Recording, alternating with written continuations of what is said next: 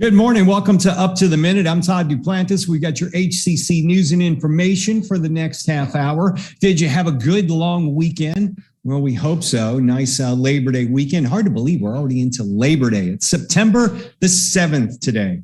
Big day. We got a lot going on in the show for you. First, before we get to our guest, I want to say happy birthday to my dad. He may be watching this morning. It's his birthday, so happy birthday, Dad. And now we're going to go on to Raquel. Raquel, good morning to you. Good morning, and to your dad. Party people, make some noise. I'm here. There you go. I definitely enjoyed this long weekend. And like you said, I cannot believe it is September. But also, please don't forget to follow us on all of our social media platforms at the HCC District.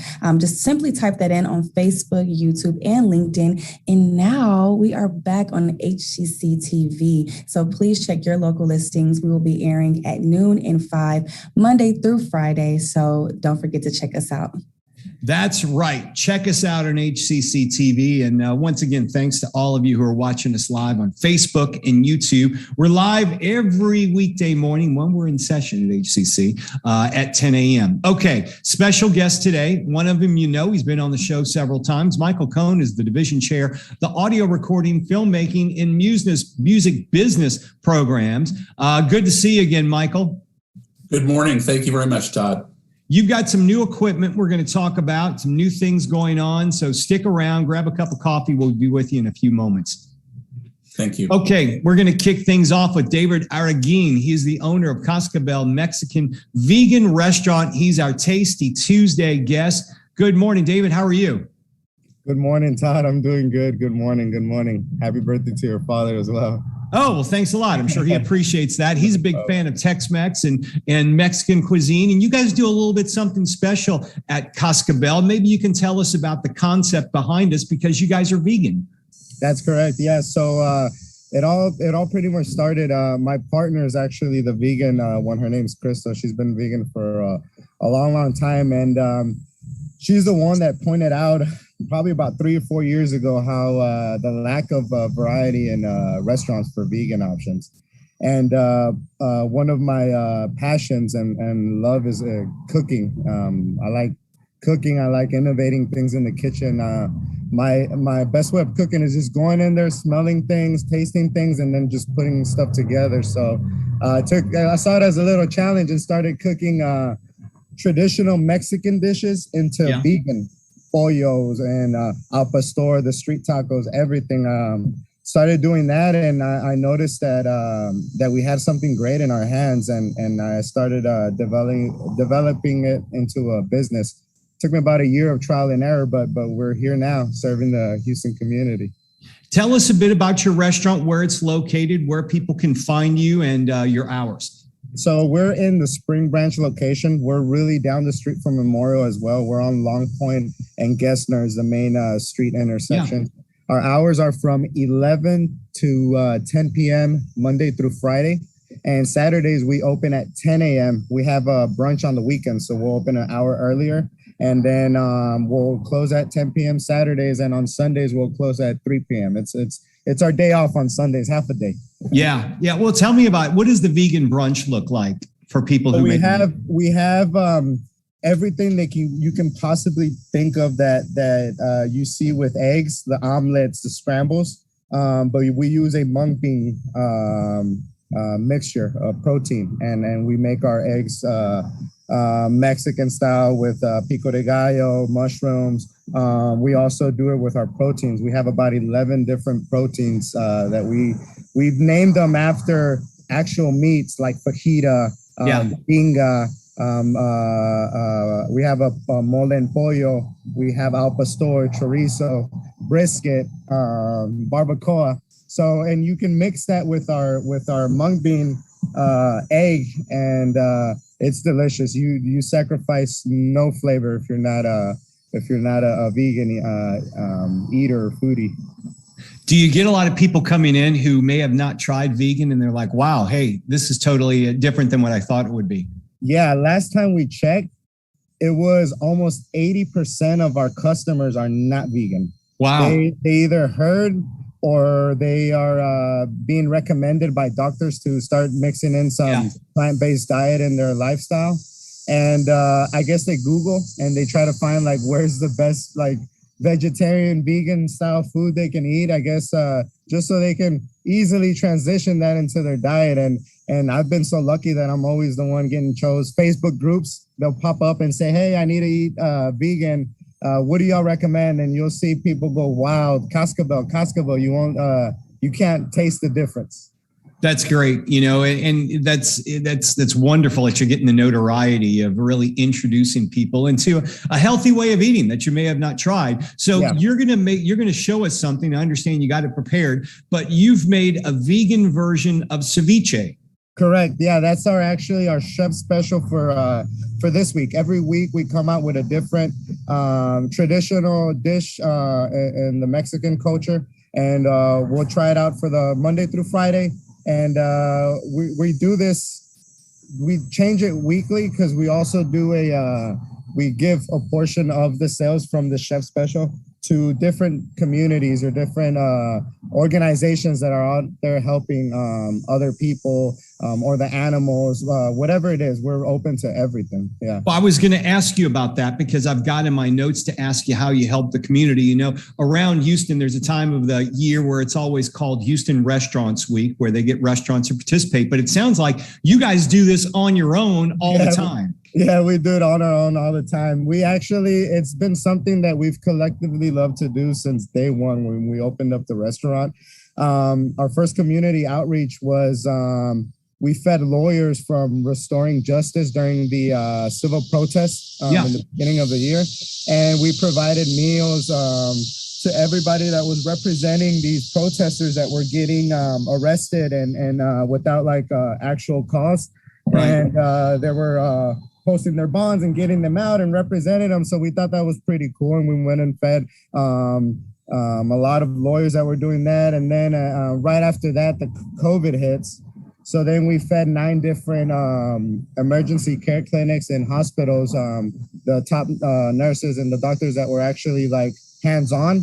We wear the hazmat suits and we went in there with our food and we pretty much fed everybody that was there during that time. And we just like doing things like that. We'll get asked and we're always forward on it. We've been so blessed with this opportunity, and any way that we can give back, we're gonna do it. Yeah, for sure. Well, David, show us the ceviche and tell us, I'm used to eating ceviche that has chunks of fish and shrimp and maybe some crab in it. There's some squid. What do you guys have as the main characteristic? I mean, obviously something takes up the texture. I've seen it made with chunks of coconut or stuff like that. What do you guys use? So before I tell you about a little bit of our recipes, we're known for to be, and I hate using that word, but I guess it's the word that everybody uses, the cheapest Mexican vegan, or the cheapest vegan restaurant in general, right? And then in the Mexican industry, restaurants itself, we compare our prices with Cucos and Arandas. It's super economical. So we have to try to look for ingredients that will fit those prices. That way people are more welcome to come inside. So we actually chose for this ceviche as a white mushroom. So it's probably the cheapest mushroom you can find in the grocery store. We chop it up, we let it age a little bit, and then we start seasoning it like a typical ceviche with the salt, the lemon juice, the red cabbage. And I have it behind me. I want to see it. Is here, and he's already chopped everything up for us. Let me see if I got this camera angle really good, and I'll get the food a little bit closer. All right. Oh, there we go. Y'all got a good view? He's gonna so it's right here we have the mushroom. It's a little dark. That's what I mean when we age it. This was white when we got it. So we'll chop it up, we'll let it sit a little bit, and it'll get that chewy, meaty, fishy texture in it. So we'll do the mushroom first. We do the lime juice, so that starts curing or cooking the mushroom in a way. A little bit of salt, nothing too fancy. And then we have a Pico De Gallo with just tomatoes, onions, and cilantro. Do you put jalapenos or hot peppers in there too? We do put them, and what we do is we'll bring them out on the side. We have you can make it as spicy as you want. Yeah, right? yeah. I like my stuff spicy, but I know not everybody eats the spice I eat. So when it comes to spicy, I always try to be considerate and either do it on the side, or I always give you enough spice as I like it, but always on the side. And then we add cucumber. Some people do the cucumber. Yeah, I've seen that. Yeah. We love cucumber, so we'll go ahead and add cucumber. We dice up cilantro on the side as well to give it some color and some taste. And then we top our tostadas. We use a lot of red cabbage here in our restaurant. So pretty much any tostada that you get from us with bean and crema and protein, we always top it with cabbage. And then we love our avocados for sure. David Araguin, he's the owner of Cascabel Mexican Vegan Restaurant. We don't like to say the cheapest restaurant. We'll say more affordable. The most. There we go. That's that. Your price point is the most affordable price point available. I'm going to say the way to go. That's the word I need.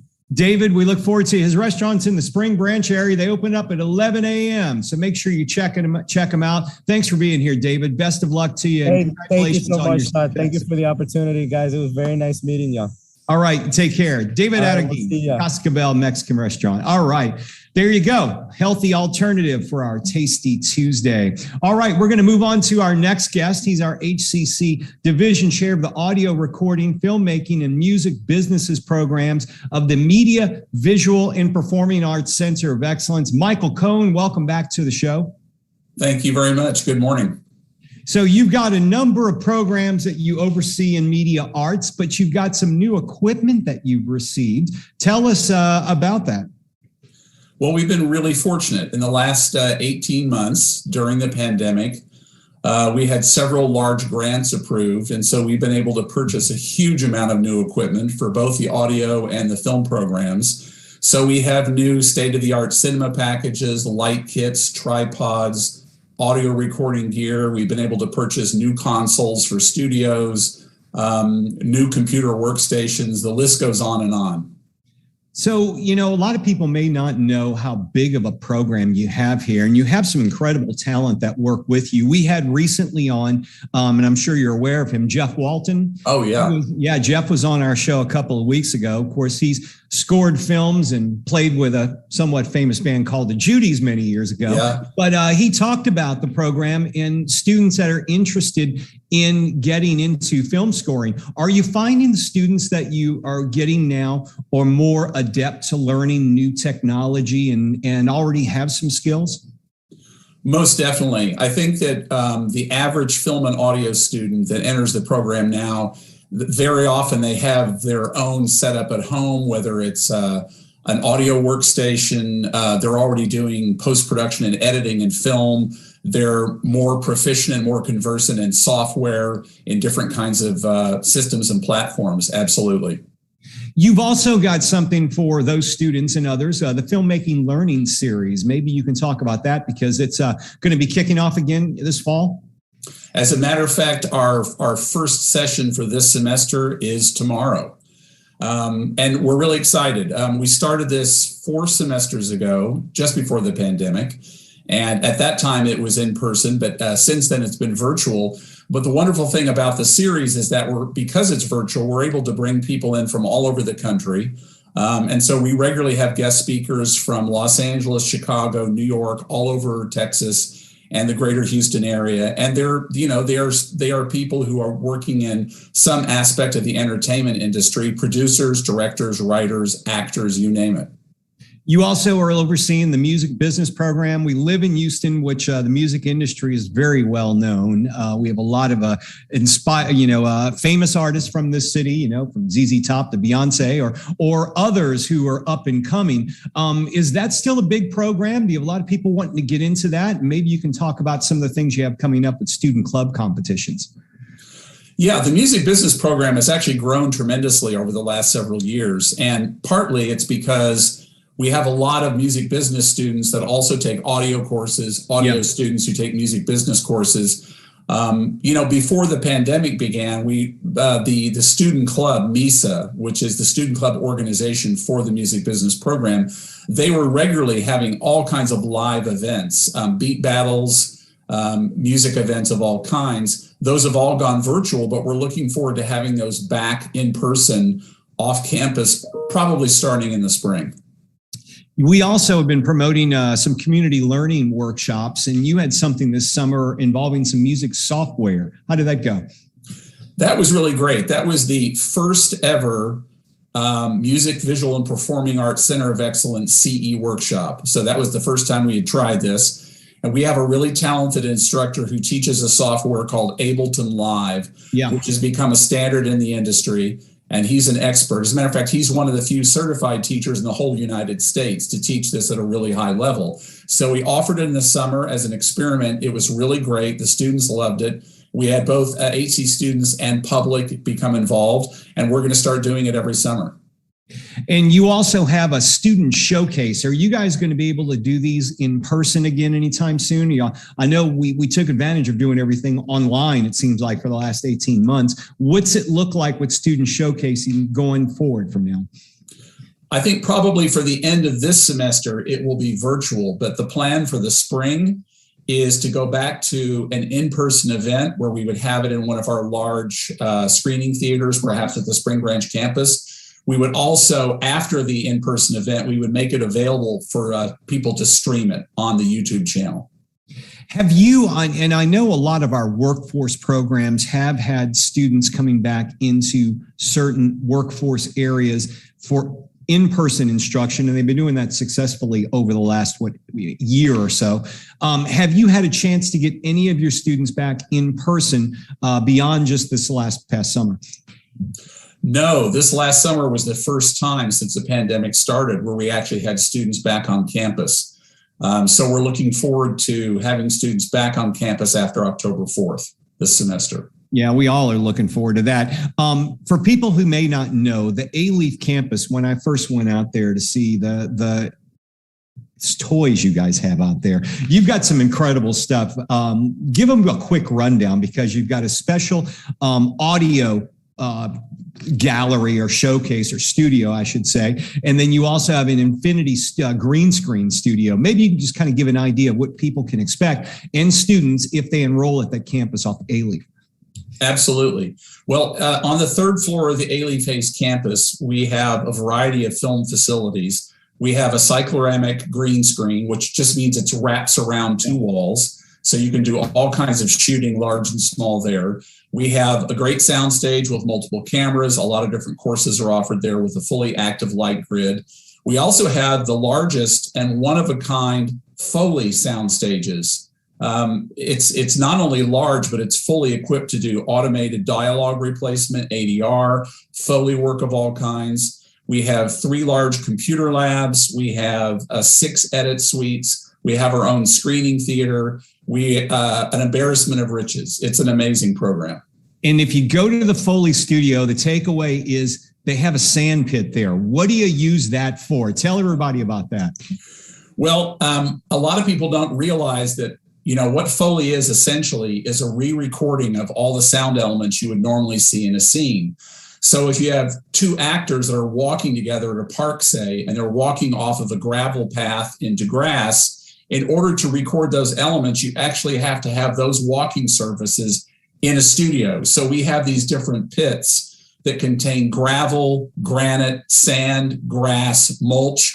And that way an actor can come in and they can record themselves walking on any kind of surface, and we can drop it back into the scene. It's worth the trip out there when they get back open in October 4th. Definitely worth seeing. Michael Cohen, Division Chair of the Audio Recording, Filmmaking, and Music Business Programs. Thanks for being here this morning. Always good to see you. Thank you very much for having me. I appreciate it. Yeah, and if you're interested in any of the programs that Mike was talking about, we're going to put some links in the social media post. You guys getting ready to kick off Second Start, Michael? Yes, we are. September 20th. So if people are still interested in enrolling in your programs, I imagine there are spaces available if they get enrolled pretty soon. That's right. We have seats available. So yeah, enroll right away. Enroll now. We'll have more on that at the end of the show. Thanks, Michael. Thank you. All right, we're going to move on to Raquel Sims. She's out in the Fort Bend County area, and Raquel always provides us with updates with our partners in Stafford. Raquel, what you have going on this morning? Oh my goodness, we have a lot going on, but I want to say before I even dive into the news that just to kind of agree with what y'all are saying with all of the equipment at A-Leaf Hayes, like when I first walked in the door, I passed out because I was like, oh my God, this is here. It's a real true hidden gem. So students, if y'all are into filmmaking or anything production-wise, audio engineering, I encourage you to look it up. So that Foley studio that Foley studio will pique your interest. It's worth seeing in person. It will. So moving on to Stafford, as we all know, we have returned back to in-person instruction. So that includes sports as well. So I had a chance to speak with the varsity volleyball coach, but a tongue twister. And she is excited about this year. They had their recent tournament. And with the pandemic, they're slowly but surely getting back into the swing of things of, the camaraderie of the team. But she loves this team. She has a team full of seniors and just 2 juniors. So just having that blessing is good. They have district coming up. So she was able to share what protocols they're still putting in place to make sure that the players feel safe. And they have she calls it a playoff mentality. So good luck to them this upcoming season. And also I was able to come out to the Southwest campus to pay a visit to the Fab Lab. I got some footage with Roland Fields because Randall did a story about the new equipment in the Fab Lab. And I was just blown away to see like literally the latest cutting edge technology right here on our campus. So students, if you're in anything when it comes to just oh my gosh, I'm not even going to spoil it. You just have to check it out yourself. And then also, Randall had a chance to speak with a representative from Hope for Three. And for those who don't know, Hope for Three has served those on the autism spectrum for over 10 years. And they are doing their annual I guess, run, but more so it's like a marathon now. But the cool thing about this one this year is that anyone from around the country can join. So it's just not locally. If you are in Washington, if you are in New York, you can sign up to join this wonderful cause. So look into that, the Hope for Three and what they're celebrating this year. So yes, and if you aren't doing so already, please follow us on all of our social media platforms at HCC Stafford TV Studio, and that's on Facebook and on YouTube and on Twitter at HCC SWTV Stafford. Thank you so much for sharing. Thank you so much for letting me share, Todd. All right. Thank you, Raquel. We're going to talk a bit about a fundraising initiative we have going on. As you know, Hurricane Ida has wreaked havoc across for our Louisiana neighbors and really has just damaged the whole country when you think of what happened in Louisiana and up in the Northeast as well. Faculty, staff, and students can assist those who have been affected by this hurricane by giving whatever you can. It'll be matched dollar for dollar by our HCC Foundation with a goal to raise $10,000 or more. We're now around $8,000. That's right. There you go. Keep it going. Your donations will go through our partner, the Houston Food Bank, but also HCC is working with our partners at the PepsiCo Foundation and our friends with Mattress Mac over at Gallery Furniture. Each of you can get involved by going to the link, making a donation, whatever you can. We'll provide that link in the social media post for the show. Setting up for future success. We want you to be financially sound as you head into the future, Raquel. Yes. So come on now, what better way to set yourself up for future success? And you can do this simply by attending our financial aid info sessions. Each month, HCC hosts Zoom sessions connecting you with experts to go over ways to pay for your education. And now, if that's not a blessing, I don't know what it is. So it's happening Monday through Friday at 2 p.m., September 7th through the 10th. So we will have the link to register in our post after the show. That's right. Okay. Another thing that's going on now is you can also get trained for your Career Training Expo. There's a Career Training Expo happening. We're going to skip on down to this. HCC's at it again, helping our students find jobs, this time with a Career Training and Education Expo with Workforce Solutions. You can register today. It happens this coming Friday, September the 10th from 10 a.m. to noon. We'll have the link in the social media post for the show. And we also have some success workshops coming up, Raquel. Yes. So, throughout the fall semester, HCC is continuously offering, virtual workshops on skills to help you succeed at HCC. And so coming up soon, we have How to Win at Math, which is something I need to take because I'm not a big math fan. So that will be happening September 8th at 11 a.m. and 6 p.m. And that's on a Wednesday. And if you're feeling stuck in math or seeking help in the academic center, via the presentation can help reduce the math anxiety. And also another workshop that they're having is Communication Skills for Success, and that is happening September 9th, which is my sister's birthday, at 11 a.m. And it's pretty much, just giving you insight on, how to know when to switch from informal communication to formal communication. This is a very great asset to have, and this will help you succeed inside and outside of the classroom. And we will have the links to register for these classes as well after the show. Okay, keep in mind real quickly, fall classes are underway, but the second semester actually starts September the 20th. You can register now, and we also have emergency funding available to help you pay for your tuition. Register today. You have to be enrolled for the fall to be eligible for the emergency funding. You're asked to go to hccs.edu/now.